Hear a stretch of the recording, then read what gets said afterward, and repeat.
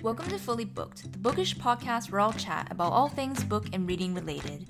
Whether you're a new or a pro reader, there's something for everyone to learn. I'm here to help you on your reading journey and find that next great read that will keep you fully booked.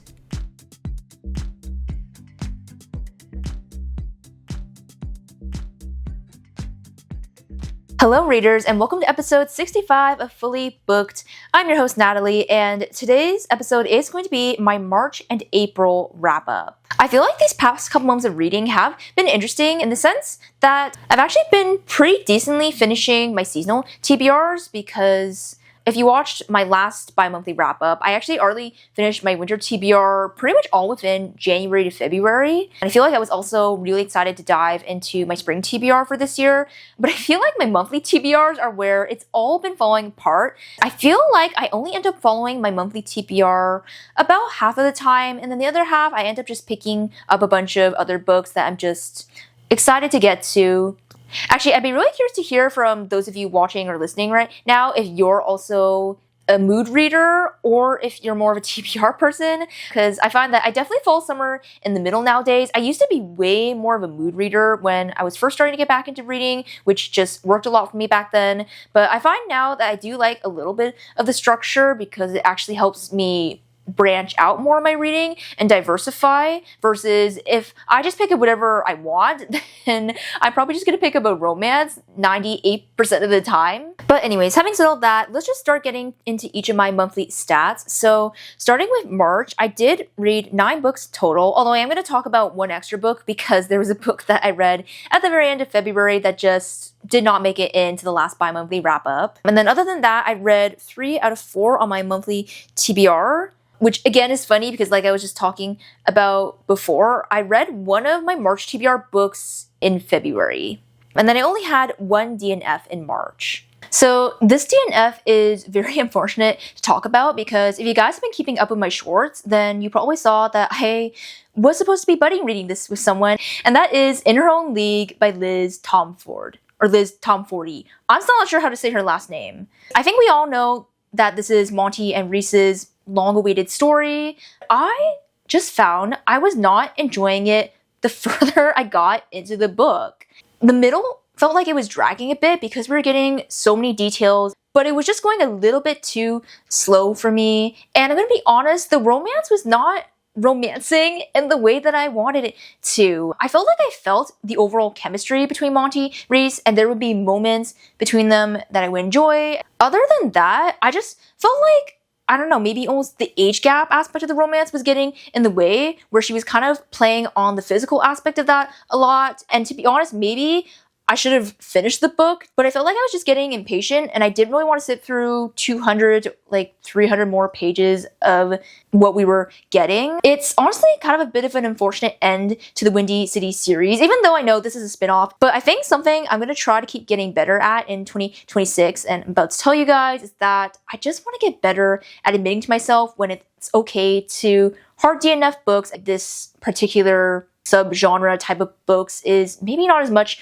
for me anymore, even though it might have just recently been. And that is okay because there are just so many more books that I can get to. So I really want to focus more on those books and again, just admit to myself that it's okay if I need to leave something behind. So the first book that I'm actually going to go through is one that I read at the very end of February, and therefore it did not make it into the last bi-monthly wrap-up. So we're going to go through it now. And that was And Now Back to You by B.K. Borson. This is the second in the Heartstrings Interconnected standalone, and it is a loose When Harry Met Sally retelling, where in this one we follow our two main characters, Jackson and Delilah, who we did see a little bit of them in First Time Caller. One day, they are paired up by their bosses to cover this huge incoming snowstorm that will make its way to Baltimore. So with that, they are forced to go on a trip outside the city together to start covering the storm. And we just see them going on this trip and working together and actually becoming friends. And I did end up rating this one 4 stars, and I gave it a 2.75 spice. I think I enjoyed it slightly better than First Time Caller because the plot and the quote third act conflict in this one was a little bit less annoying. Although I will say I didn't really enjoy the romance as much in the second half of the book once it turned more spicy. I feel like I was really enjoying the friends part of the friends to lovers trope here. We were getting a lot of good interactions and scenes between the two of them. Their banter was really great. I just feel like the friendship chemistry was written very well in this book, as well as the whole opposites attract kind of vibe going on. I was really enjoying that. So once it turned spicy, I kind of wasn't rooting for the romance as much. But I will say this is a book where I actually enjoyed our MMC for once and could really relate to him. While I did enjoy Delilah's character and what BK Borson was trying to achieve with her, I guess. That sounds a little weird, but you know what I mean. I feel like I could just really relate to Jackson's character and the way he liked things structured and organized, and why he liked things a certain way just really resonated with me. And the way she was able to pull from the movie like certain scenes and lines that if you've watched the movie a bunch of times, you will just know them like I did. I feel like the nods that she did in this book were really nice and subtle. It was a bit different compared to First Time Caller, where in that one, we really ran with the original premise of Sleepless in Seattle. Whereas this one, I feel like we just kind of pulled tiny nods and elements. But also the fact that the two of them really love to watch movies together, which they also do together in When Harry Met Sally. So yeah, a little more a subtle retelling, but I definitely enjoyed this one still, and I really can't wait for the last in this series, which I think she already has said is going to be a You've Got Mail retelling, and I'm already predicting that I'm pretty sure it's going to be Maggie and Cooper, I think is her potential love interest story, so I really can't wait for that one now. Oh, and because of the snowstorm element, I would highly recommend that you do pick this one up in winter. So for the first actual book that I completed in March, I read Tomorrow, Tomorrow, Tomorrow by Gabrielle Zevin. And I'm sorry to tell you guys that I ended up rating this one 3.5 stars. I feel like I appreciated what she was trying to accomplish with this book, but I just didn't end up fully enjoying the execution. I feel like this book is just completely different in terms of the tone and the direction from the story life of A.J. Fikry. To get into the plot, we basically meet our two main characters, Sam and Sadie. We see them meet as childhood friends. Then something happens, they end up becoming estranged, and then they meet again years later as adults, and I think the year's supposed to be 1994. And then for some reason, Sam has an idea for this video game that he wants to create, and he decides that he and Sadie should build this game together since she is a game designer, and I think he's supposed to be some sort of mathematician. And so they set out to build this game together, and then we just basically followed them over the span of decades as they build not only many more video games, but a whole company together. Also, I want to put a disclaimer quickly that it's not a romance at all. I wouldn't even say this book is a love story, at least not in the conventional sense. It is a love story of sorts in terms of friendship, and I think also how love and different relationships in our lives change over time. I think this book was really interesting. I did enjoy learning about the different video games and going through the different eras. We see all these different eras of technological advances and even just video game consoles. Like, it goes all the way from the Nintendo 64 all the way up to the Wii. So if you're a gamer of any kind, or in particular if you really like vintage or older style games, then I think all the nods in this book are really going to be for you. But I feel like besides that, I just didn't really like our characters throughout most of the story. In particular, Sam got very frustrating near the end of this book. For me, I feel like I appreciated him more in the earlier part of the book, but then it's weird. The older he became, the more frustrating he became. I didn't really understand why he was saying and doing things. As a reader, it did get to a certain point where I was like, you don't need to be that mean and cruel. You know what I mean? And I will say the writing style was still very beautiful in this one, like it was in A.J. Fikry, but it was also a little bit more on the pretentious side. It kind of almost reminded me of a John Green novel, but even just the title itself, it's actually supposed to be a nod to a soliloquy from Macbeth, which tells you how very much I remember from high school Shakespeare. Like I was saying earlier, you definitely have to be a certain kind of reader to appreciate this book. It has a very different tone, not really as heartwarming as A.J. Fikry, and I feel like there were emotional moments that happened in this book, but because I was a bit disconnected from the characters and whatnot, I didn't really end up tearing up over it even. If you enjoy any of the elements that I just talked about, then you probably will like this book, but if you do not, then I guess I would say you could skip this one. Then this next book that I read is actually one that one of my friends, Kirtana, recommended me, which I have a whole reading vlog on that if you guys want to go check that out. But the first one that she chose for me and I'm going to talk about is Once Upon a Broken Heart by Stephanie Garber. It's actually surprising that I haven't gotten to this sooner because I feel like this is the type of romantasy that is very up my alley. Having now read it, I would actually say it's kind of almost similar to Rebecca Ross in how whimsical and lyrically written it was. And I did end up rating this a solid 4 stars, and of course this is a YA no spice romantasy. So I'm sure some of you listening or watching right now have already read this book or maybe the whole series, but if you're not familiar with it, I believe we are set in the same world as Caraval, but instead we are following our FMC Evangeline Fox. And in the opening of this book, we see her making a deal with one of the fates in this world known as the Prince of Hearts, or otherwise known as Jax. And she basically is making a deal with him to stop the wedding of the man she loves because he is about to marry her stepsister. And then we kind of go on this whole magical venture and journey from there based on this initial deal that she makes. I'm actually not going to say too much more because I feel like it's just really fun to get into the plot and the world of this book and just see for yourself. Again, whimsical, lyrical, especially so many of the setting descriptions that we get in this book. I feel like I could just picture every single setting that we were being told about. 2 things I will say though is that this book does read very YA, which shouldn't be surprising because I knew it was a YA romantasy going in. I just feel like it was still a little bit different reading a YA romantasy because I don't read that many of them, and there was definitely things lacking for me, like character depth, for example, which I guess is the next thing I'm going to talk about now. I feel like while I did enjoy the plot of this book and it was also very bingeable, I did find that I kind of wanted to know more about the characters and see more in the interactions we were getting between Jax and Evangeline.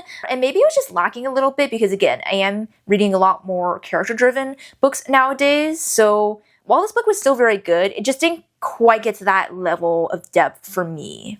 Otherwise, this was still a very good read, a pretty good start to a series as well, and I'm definitely going to be continuing on to the next book because after the way this book ended, I definitely want to know what happens next. So the next book she picked for me, I actually ended up enjoying a bit more than I thought I would. It was a good ride, and if that didn't give you a clue, it is Flawless by Elsie Silver. This is the first book in the Chestnut Springs series. We basically have our 2 main characters, Rhett Eden, who is this famous bull rider who kind of gets caught in this public scandal, and then his new agent, Summer, has to help kind of sort things out following that. This book is pretty much what I expected in terms of the romance and the writing style. I think Elsie Silver is just kind of known now at this point for her cowboy romances and these books being just a short, fun time. The amount of spice was also pretty much what I was expecting, which, by the way, I gave this a 3.25 star and spice rating.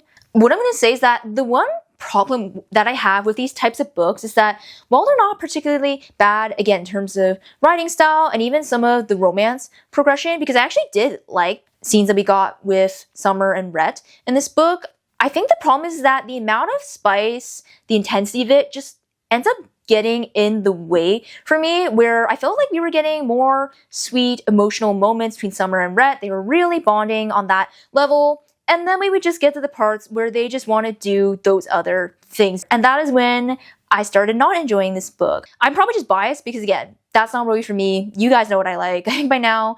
That's why I just have a hard time with these types of romances. That was probably my biggest gripe with this book. I'm gonna be honest, I still haven't really decided if I'm going to read the entire series or if I'm just gonna pick up the books that I really want to most, because I do remember that I think the 3rd book in this series, Powerless, is the one I most wanted to pick up because we had some sort of childhood friends to lovers second chance. I think that one is Jasper's story, if I'm remembering. I really did like all of our side characters, especially because Rhett has multiple brothers. The only thing is, though, I do know the next book is Cade's book, and honestly, he was my least favorite character in Flawless, but my friend has read the whole Chestnut Springs series, and she said that was her favorite. So I'm kind of torn because I just don't really like our grumpy MMCs that much. I guess you guys will probably find out by one of the next reading wrap-ups whether I continue or not. And then the last book she picked for me and I ended up finishing was Love Redesigned by Lauren Asher, and unfortunately,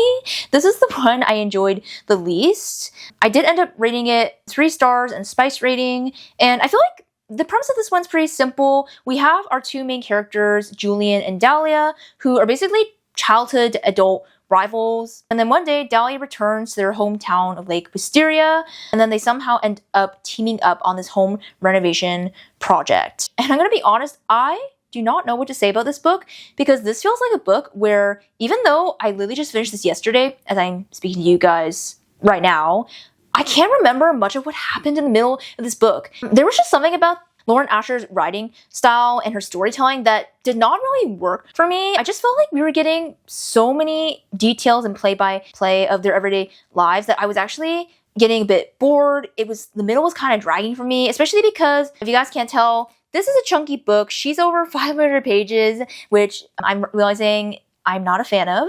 I think the biggest issue that I had this book was that for a book that's supposed to be a contemporary romance, it was not contemporary enough. I feel like I just wanted to delve a little bit more into like the emotional aspects and flaws of their character. I just feel like there were so many more scenes and moments that involved both our main characters, and we were just getting a lot of bantering or sometimes bickering back and forth between them, which I probably would have enjoyed more at one point in time in my romance novels, but that's just something I'm not really enjoying anymore, and I want a little bit more insight into both of our characters. I felt like we got some insight into Dahlia's mind. I feel like Julian, even though we did get some parts of him revealed to us, I don't know, I was just craving a little more as the story was going on, and I was just not really getting this book. And it's crazy because since this book is so long, it actually didn't feel that spicy, or at least the amount of spice that we got in this book. Like, it basically felt about the same level as Flawless, simply because this book is so long. Or I would even say Flawless felt a little bit more spicy. I don't know what it was about this book that didn't really do it for me. I'm just honestly not that convinced right now that Lauren Asher is the kind of romance author for me. Kirtana did say that I might enjoy her other series more. I think it's the Dreamfront Billionaire series. It's like the fine print series, whatever you call that one. I also know she has the Dirty Ear series, which I put on my TBR at one point. But yeah, after having actually read this one, I'm just not really convinced. So if any of you are a fan of her, then please try to convince me down below if I should try reading any of her other books or not. Okay, so I'm going a bit out of order because I did complete a couple books in between Flawless and Love Redesigned, but it just felt more fitting to put all 3 of those books together since they were part of one reading video. The next book that I read, you guys, I have so many wonderful things to say to you. I'm about to get emotional even just thinking about this book, but it is Project Hail Mary by Andy Weir. And actually, surprisingly, I did not expect to enjoy this book that much, but I ended up rating this at 5 stars. And I feel like all I'm going to say about this book, if you haven't read it yet, is we have this huge space mission that our main character is on, and that is all I'm going to tell you, because I feel like you should really just go into this book ready to enjoy the ride and go in blind. Honestly, I feel like I could go on about this book forever to you guys. I just did not expect, I think, the amount of humor and wit and heart that this story was going to contain. Because yes, obviously, it's a novel set in space. There's all this science going on, but the book is not just about being in space. It's just about humanity and coming together in times of need, and just the goodness of humanity in, again, certain times of need or crises. This is just a story that I loved so much because I feel like it genuinely feels like a universal novel that I could hand it to anyone and you would enjoy it. And I think what worked for me in this book was just the way he wrote and like broke up certain moments, because yes, there is a lot of science and scientific concepts being explained in this book, and the main character is very smart and knowledgeable. And then the next moment, he'd just be like, I need food, I'm hungry. Like, it was kind of like that sort of vibe and the way the story progressed, and I actually really enjoyed that. It definitely broke up the moments and just added, again, a certain aspect of humanness to this book. It just really worked for me overall. Amaze, amaze, amaze. Obviously, there were a couple slow moments in the book for sure, but there were also so many moments, again, where I was laughing, I was crying, I was scared because I didn't know what was going to happen next. Like, I just didn't expect to experience so many different range of emotions in the span of this book. I think this is definitely a new all-time favorite. It's definitely a book that, again, I just enjoyed so much that I would love to pick it up again at some point and just get to experience the journey again. If you guys can't tell, I have no complaints with this book. Genuinely nothing that really stuck out to me. The only note I am going to make is that as someone who studied chemistry in their undergrad, I actually did find a lot of the science in this book very interesting, and it is very central to the plot. But if you are not a STEM major, professional, you're not a science nerd by any means, then you might find the amount of science concepts in this book a little bit overwhelming or excessive. But I personally enjoyed it, and I think most people can enjoy it, again, because of the way Andy Weir generally writes. I have already seen the movie. I enjoyed the movie so much as well. I think I enjoyed the movie for what it was. I would say the movie still does not compare to the book for me and just the emotional impact that this had on me. But the movie had its own kind of charm and humor to it that I also think was kind of done to appeal more to a mainstream audience. Also because some people watching might not have necessarily read the book. So I think they did the best they could with adapting. Ryan Gosling, obviously a great casting choice for our main character, and so many great elements, the cinematics, the soundtrack.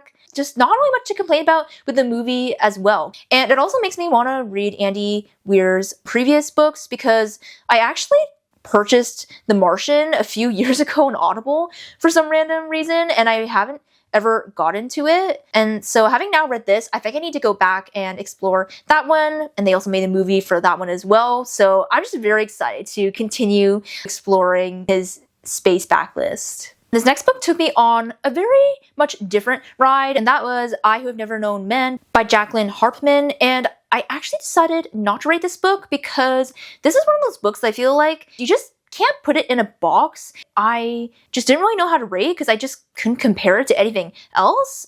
I feel like this is another book, likewise Project Hail Mary, where you don't need to know too much going in. So all I'm going to tell you is that we've centered in on our FMC who is born and grows up in this underground bunker with the same group of women. And we as the reader don't really know why. I genuinely don't know if I enjoyed it, but it made me feel so contemplative, and there was so much interesting commentary. I feel like this is a book that was so ahead of its time because I didn't realize that it was actually published in 1995. So this book is actually fairly old now, but I feel like it's one of those books where I'm not sure if people would have appreciated it as much in the time that it was written, but I feel like it's one that's actually super relevant to like literally things that are happening in this day and age now. And that's maybe part of the reason so many people have picked it up in the last year, at least people that I've been watching. I feel like the exploration, the themes that we delved into in this book were just so interesting. There was a lot about a person's like core identity, about womanhood, and what that would be like if you were to strip away so much of the outside world. If you raised someone in an environment without all these external factors and stimuli, without societal and cultural norms and standards, what kind of person would you come out with? Would they still have the same values as a more, I guess, quote, normal person? Would they still be able to experience things emotionally? How would they react to like certain situations, and especially being in distress? So yeah, I found this super interesting. I do like these stories that are a little bit more contemplative, although I will warn you guys that if you do not like more open-ended endings that are meant to be interpreted in multiple ways, the ending of this book might leave you a little bit upset, because even I was a little bit confused because there were certain answers that we just never got in this story, and that was not really the point of this story. Overall, definitely a super interesting book. You definitely have to be a certain type of reader. This is definitely not the kind of book that, unlike the last book that I just talked about, is for everyone, and my feelings for it are still a little bit unsure. I didn't even rate this book, so do with that what you will, and you guys can decide whether you want to pick this book up or not. Going back to a genre I more normally read, I did pick up My Husband's Wife by Alice Feeney, and I ended up rating this 4.25 stars. I'll just explain the initial premise to you guys because everything that I'm going to tell you happens in the very first chapter of this book, so I feel like it's not a major spoiler for the rest of this book. So in this one, we start out by following our FMC Eden. She goes out on a run And upon returning to her house, there is another woman who opens the door to her, claiming to be her. And so then Eden kind of is going back and forth, like, what? How can you be me? All of that. Only for her husband to then come to the door as well and claim that he doesn't know who she is and that this other woman in the house is his wife, and then shuts the door in her face. And then we're basically just going from there, kind of wondering what the heck is even happening. I honestly just have to say that at this point in time, Alice Feeney has just become a new favorite thriller author. I just love everything about her books. I feel like they're bingeable, so easy to read and get through. They're also still written well enough that they're not super cringy to read.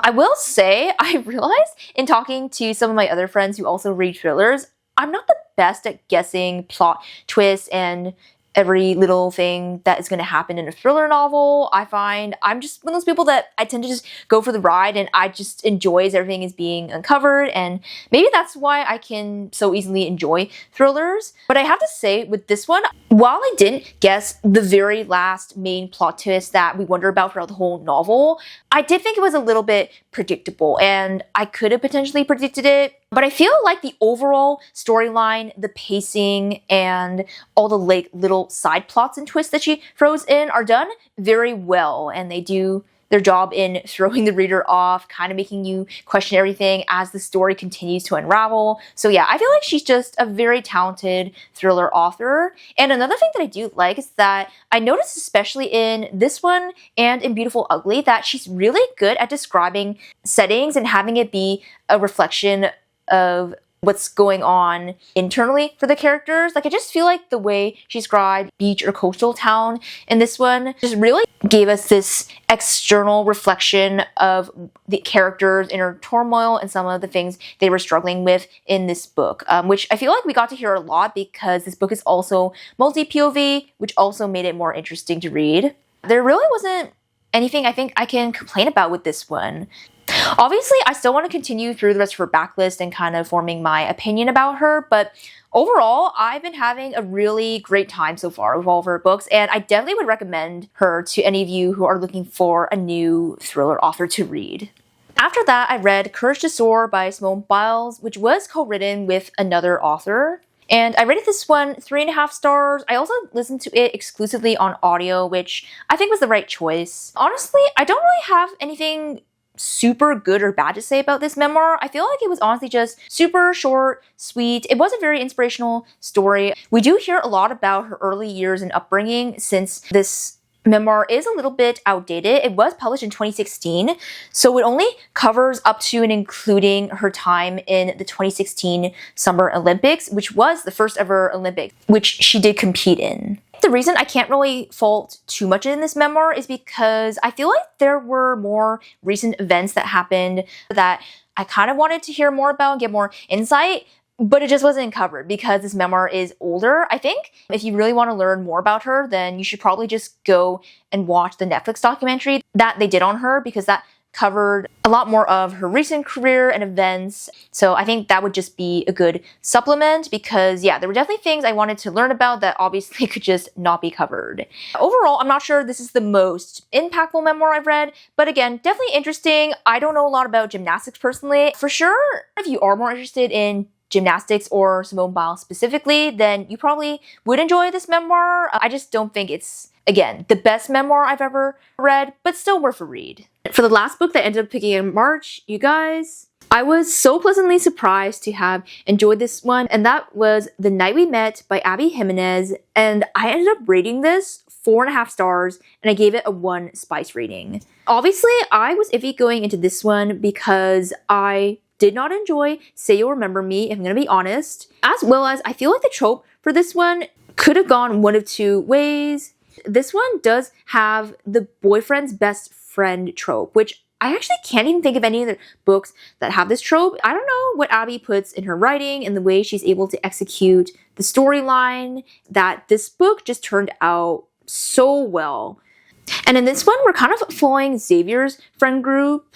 And this time we're following, I think, 2 of the friends in the friend group, Chris and Mike. And we're also following Larissa, where the 3 of them met one night at a concert, I think a couple months prior to the start of this story. And that night, Mike is the one who ends up taking Larissa home, and then subsequently they begin dating, entering an official relationship. But Chris has many regrets even from the start of this story, because he realizes how much he is into her and wishes that he had been the one to take her home that night they met. And then we just kind of go through this whole journey in the book of like what ifs and how certain choices set us on a certain path. So I feel like we kind of grappled with a lot of, those types of questions. I think that was a very interesting theme to throw into this book along with everything else that goes into it.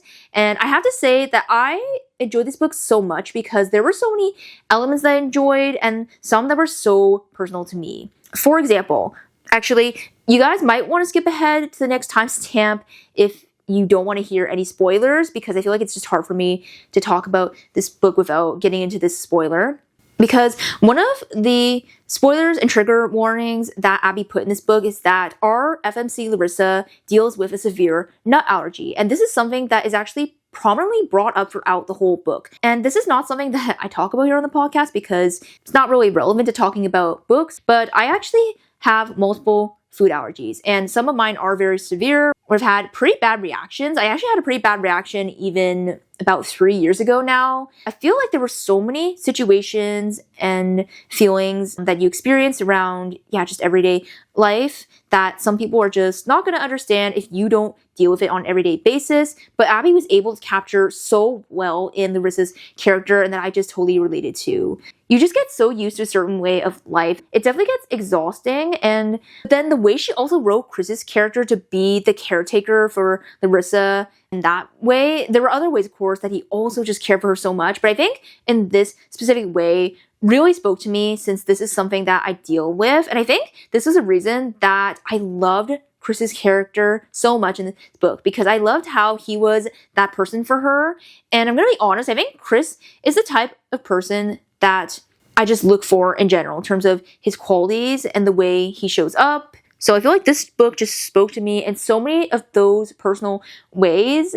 And guys, let me just say too, there is definitely a contingent of readers, maybe some of you watching or listening right now, who feel that we need to bring back a little more yearning in romance books and a little less lust sometimes. In this book, capital Y yearning is the word I would use to describe this and the way the romance progressed, which made sense because of the trope, because obviously so much of the book, they just can't be together. And I will say that while Mike was not the right guy, not the right partner for Larissa, he still wasn't a bad character, and I did enjoy even his aspects in this story and the struggles that he was going through. I could actually understand and relate to him on some level, even though I'm going to be honest, he messed up quite badly in this book as a boyfriend.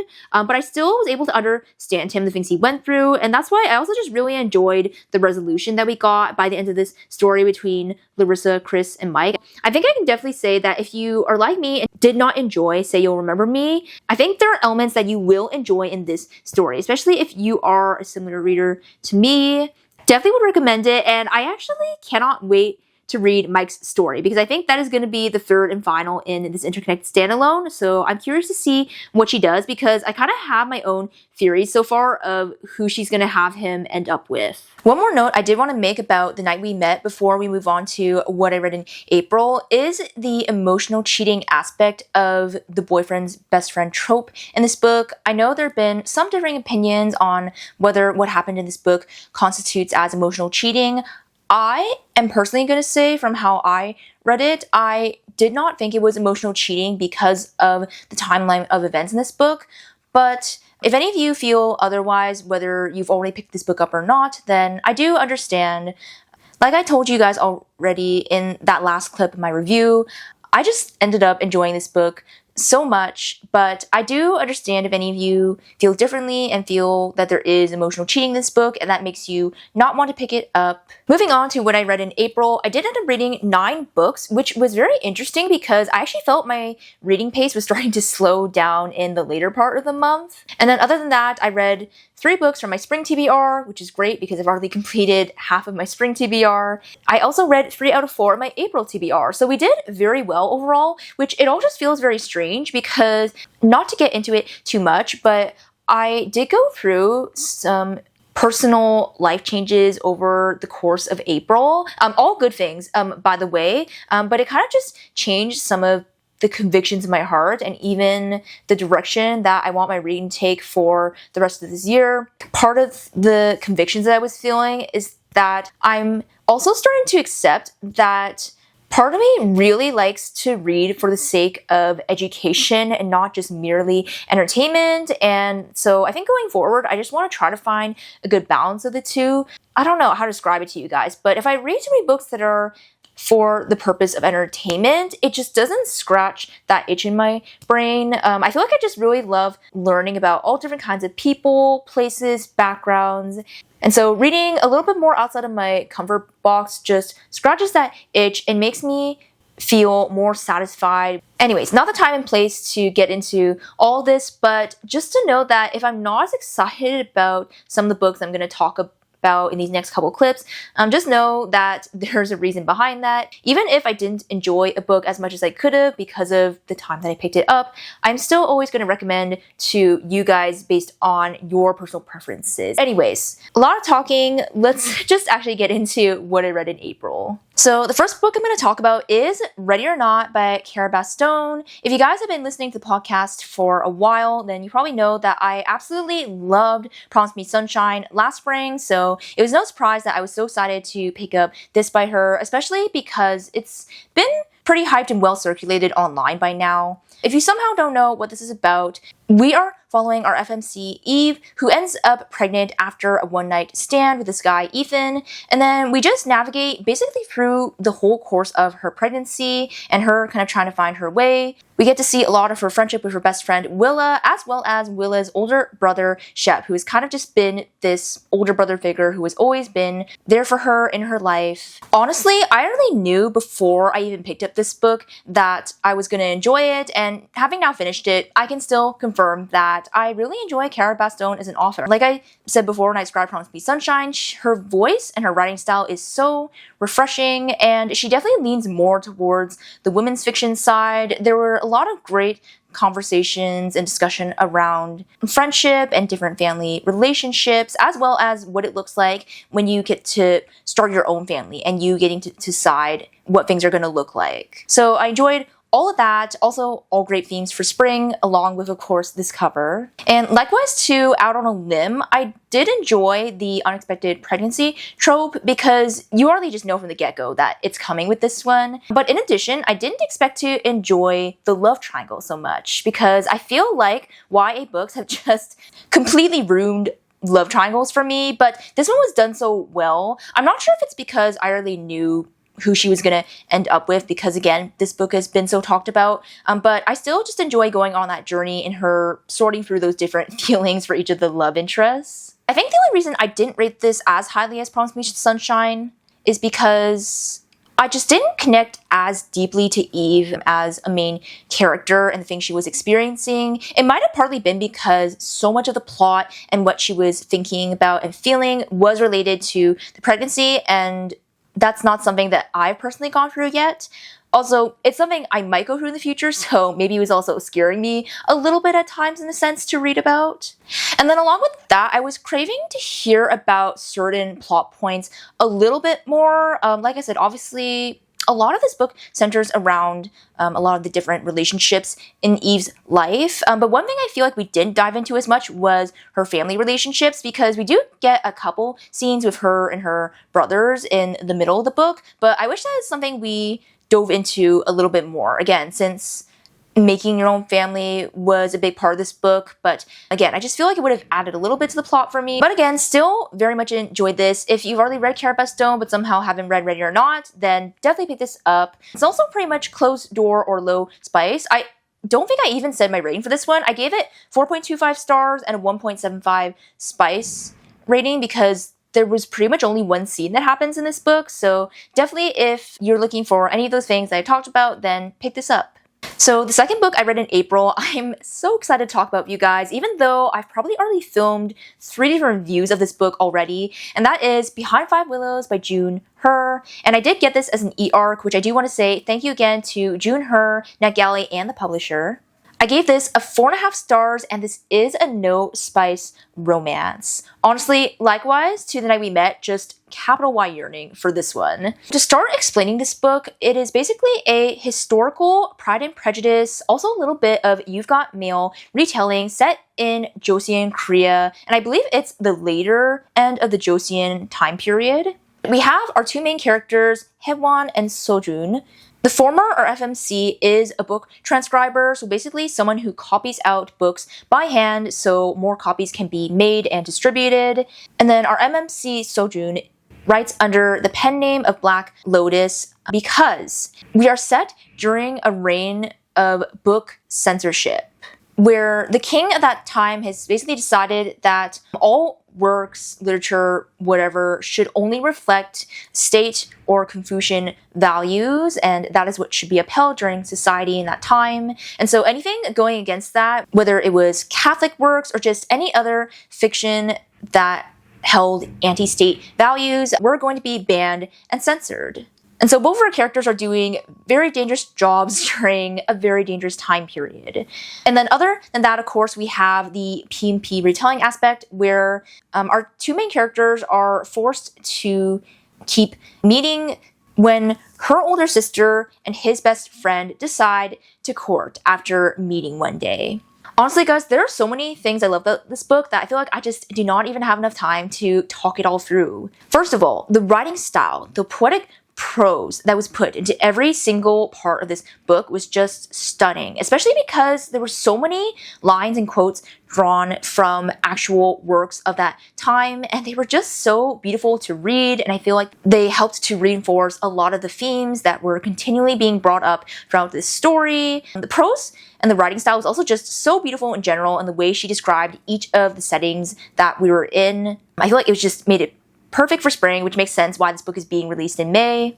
And I also just loved the way she was able to express how each of our main characters were feeling and how they expressed themselves in each of their different relationships. I loved the sister relationships that we had between each of the three Shin sisters and the way they just so wholeheartedly loved and showed up for each other. And of course, I can't help it, I loved the romance in this book. Not just because of the yearning, but also because I truly felt that soulmate type of connection between Haewon and Sojun, and that they were meant to be together. They truly just understood one another emotionally and understood one another's souls. And just the way they also showed up and rooted for each other. If you enjoy any of those aspects I talked about, whether it's Pride and Prejudice, You've Got Mail, K-drama like books, or again, if you're just looking for a really clean, no spice, historical romance, then this would definitely be for you. And you guys should all definitely try to check it out when it comes out later this month.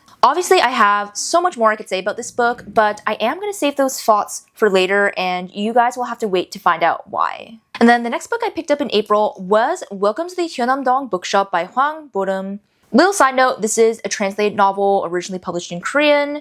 And this one is a pretty simple, cozy, slice of life Korean lit fic where we follow our FMC Yongju, who has basically decided to start a new chapter of her life and fulfilling her dream of opening her own bookshop. We honestly just go on this kind of ordinary, mundane story of, again, following her as a bookstore owner and all the little run-ins and encounters that she has with different customers, as well as the employees of this bookshop. I feel like I don't have too much to say about this book because while I did enjoy it, I did find it very cozy while I was reading it, there's not much that sticks out to me afterwards and I can really take note of in terms of the character, the writing style. Obviously, I enjoyed the setting. Who doesn't enjoy the setting of a bookstore as a book lover? But yeah, there's just nothing that sticks out too much. Definitely still cozy and healing though, like I said, with the themes of starting over and the choices that we make in life.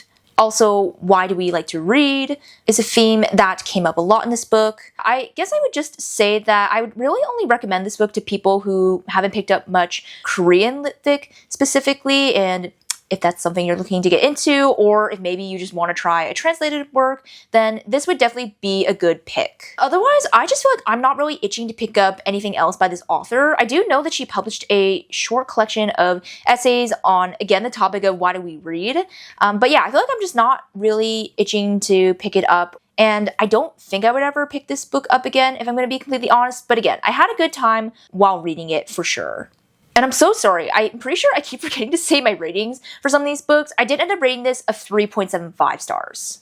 Then for the next book I read, I did end up picking up the Unselected Journals of Emma M. Lyon, Volume 1, and I decided to not rate these books as they're so short and sweet, and I just typically don't rate books under 200 pages nowadays because I just find there's not enough material for me to go through, get a sense of the author, and just really warrant a rating. But that definitely does not mean I did not enjoy these books. I most definitely did, and I already know I'm going to be continuing this series.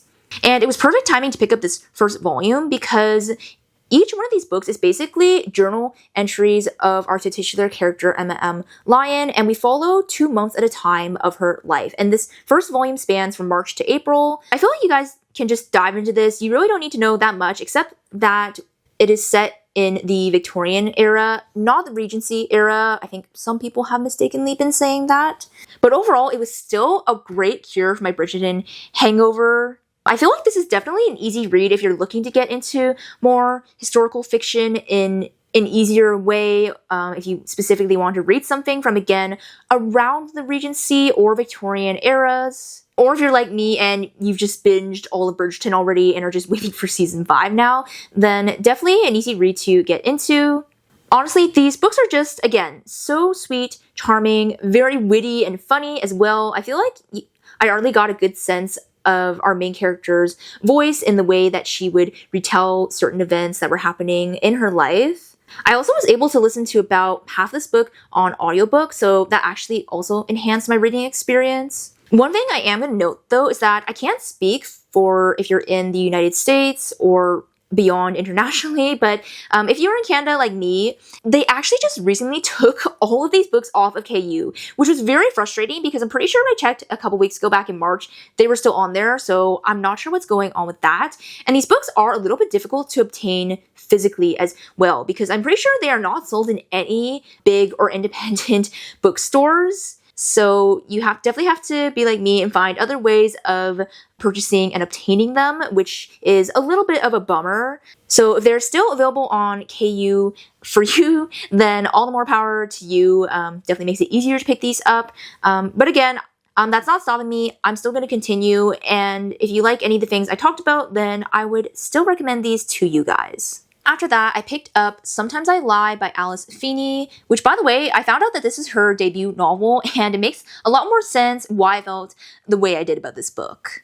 But I did end up rating this a 3.5 stars. All you guys really need to know about this one is that we open up the story on our FMC, Amber, who wakes up in the hospital in a coma, and she doesn't know how or why she got there. And then the story just unfolds from there and all the kind of sinister events leading up to that. If you guys can tell from the rating alone, I just did not enjoy this story as much as the previous 2 books that I read by her, probably because I did pick up more of her recent books. For me, I just found that the writing style was lacking detail, and I was just craving a little bit more of what I'd read in, again, those previous 2 books where I felt like she was really good at describing these very dark, bleak settings, and it really set the tone for the rest of the story.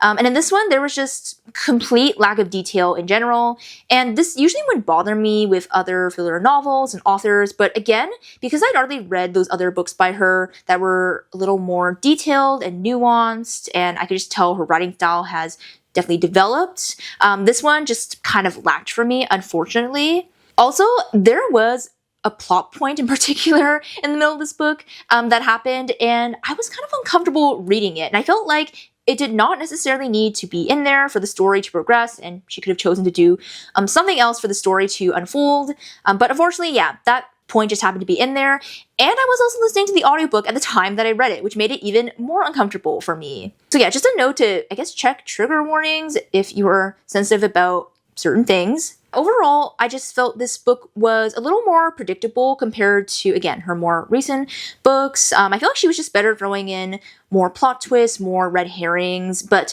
this one, I kind of just felt like I knew where we were going at a certain point in the book and what we were leading up to, which was just kind of disappointing. I also felt like the ending kind of dragged out and the story cut out at a weird point in time. I kind of wish she had wrapped things up a little bit more at the end. I think for sure if you're newer to thriller novels, if you haven't read anything by Alice Feeney, then you probably would enjoy this a lot more. But if you're a little more seasoned like me, then I'm not particularly sure if you're going to enjoy this one. Moving on to the next book I read, which was Mere Christianity by C.S. Lewis.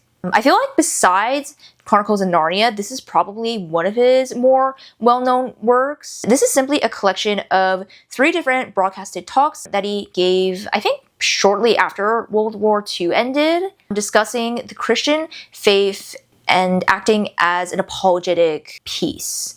As someone who's already a Christian, I did find this a compelling, very interesting, educational read. But I feel like this is one of those books that no matter your background, you could pick it up, especially if you were wanting to learn a bit more about some of the actual tenets of the Christian faith. I feel like he just explained a lot of things in a very interesting, detailed way. He likes to use a lot of imagery, which I actually think helps a lot as someone who reads a lot. And I actually did not give this book a rating because I don't read a lot of Christian nonfiction, and so I really can't warrant a rating for this. I would definitely need to read a lot more to really understand how this type of Christian nonfiction functions as a piece of literature. Honestly, I still really enjoyed it. The only other thing I am going to note about this book is that obviously it was originally published in 1952, so there was some outdated terminology when referencing people of different backgrounds, religions, races, and ethnicities, etc.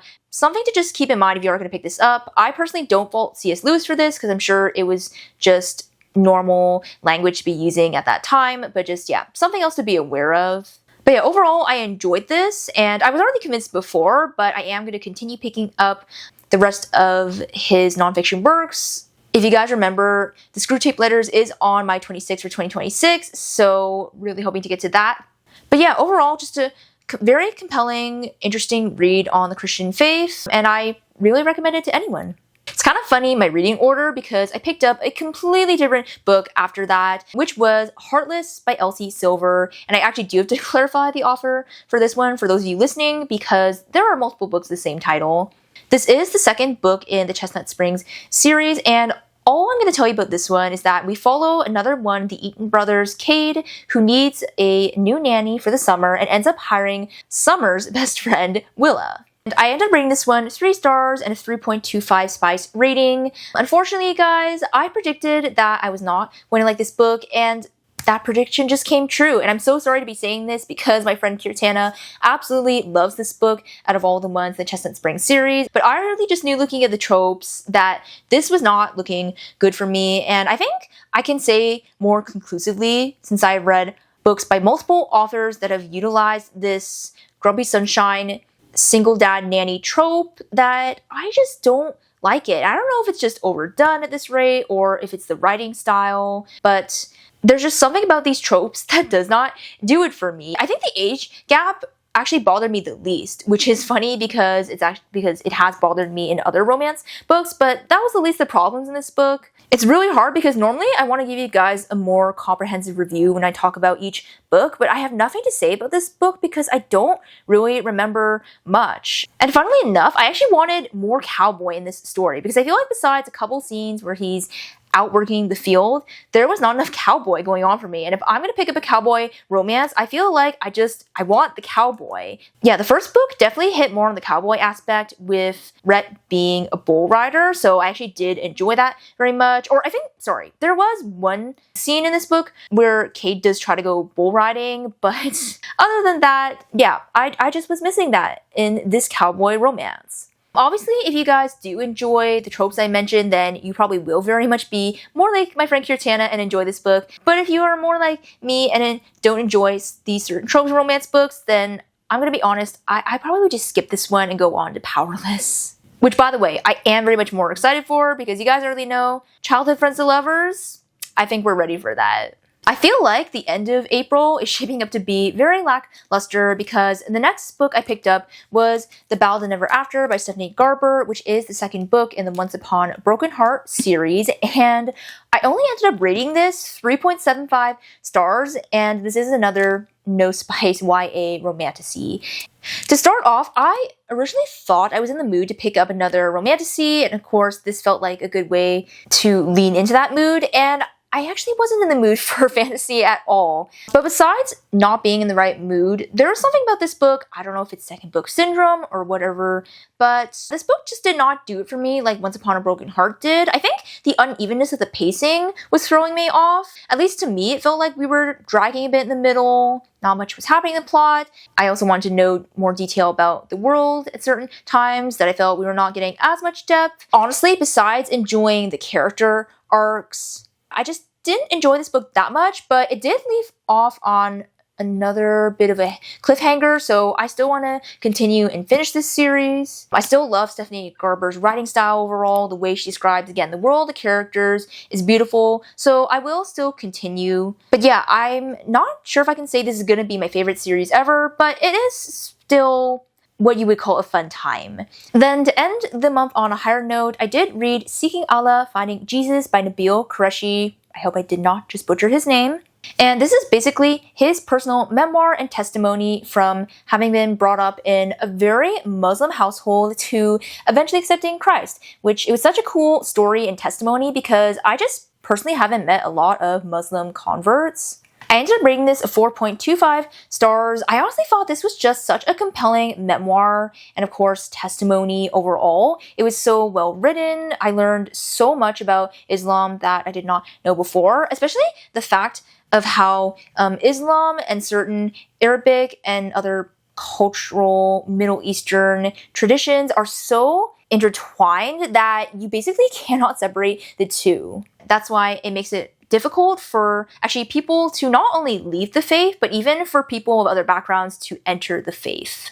I also wasn't expecting this book to be full of so much wit and humor and the anecdotes from his life that he put in, because we also go on such a long journey with him where he literally started from the very beginnings of his life as a small child, how his parents taught and raised him, to, again, when he accepted Christ. So yeah, I personally loved all the detail. The only things that I'm going to say about this memoir is that I felt like it was a bit oddly written near the end. I felt we left off at a bit of a weird point in his story, and it didn't feel satisfying, I guess, as a reader. And he even mentioned, because I did read the new extended version of this book, and he even said that he wrote this extended epilogue because so many people wanted to know so many more details of what happened in his life. He probably should have just done that in the first edition of this book because, yeah, the book did end off at a weird point, for me at least.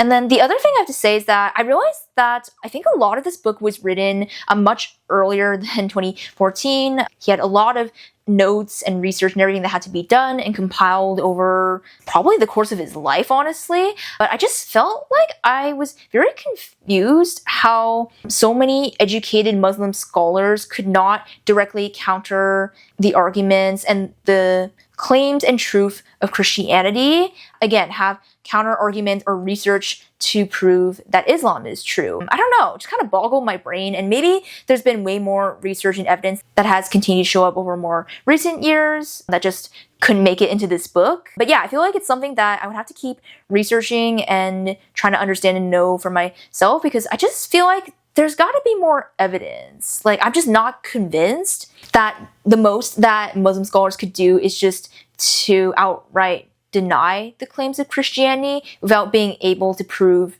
the truth as well, if that made any sense to you guys. I think this was a great entryway for me to start exploring other religions. Again, not to go into things too much, but I actually have had an interest in reading the Quran for a while to kind of learn about Islam. I'm also interested in picking up his other book now, No God But One, which is an educational, persuasive piece for Muslims to better understand the Christian faith.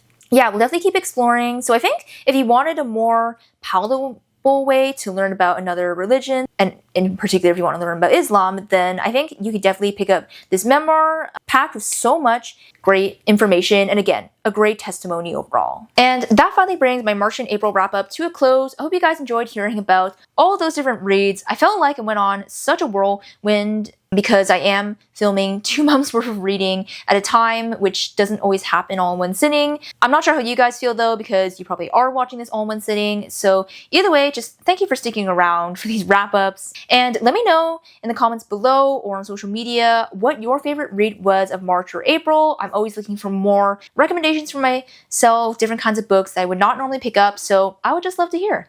And before we go, make sure to rate and review the podcast wherever you're listening. Subscribe to this YouTube channel if you haven't already. All new uploads, videos, episodes go up here. And not to tease too much of what's ahead, but we do have some unusual episodes ahead, so that is all I'm going to say. So you'll definitely want to be notified whenever, again, I upload a new video or episode. Having said all that, I hope you all have a wonderful day, and I will see you all in the next episode. Thank you for listening to today's episode. I hope you were able to take away something, and be sure to follow the podcast for more bookish content. Until next time, stay fully booked, and I'll talk to you soon.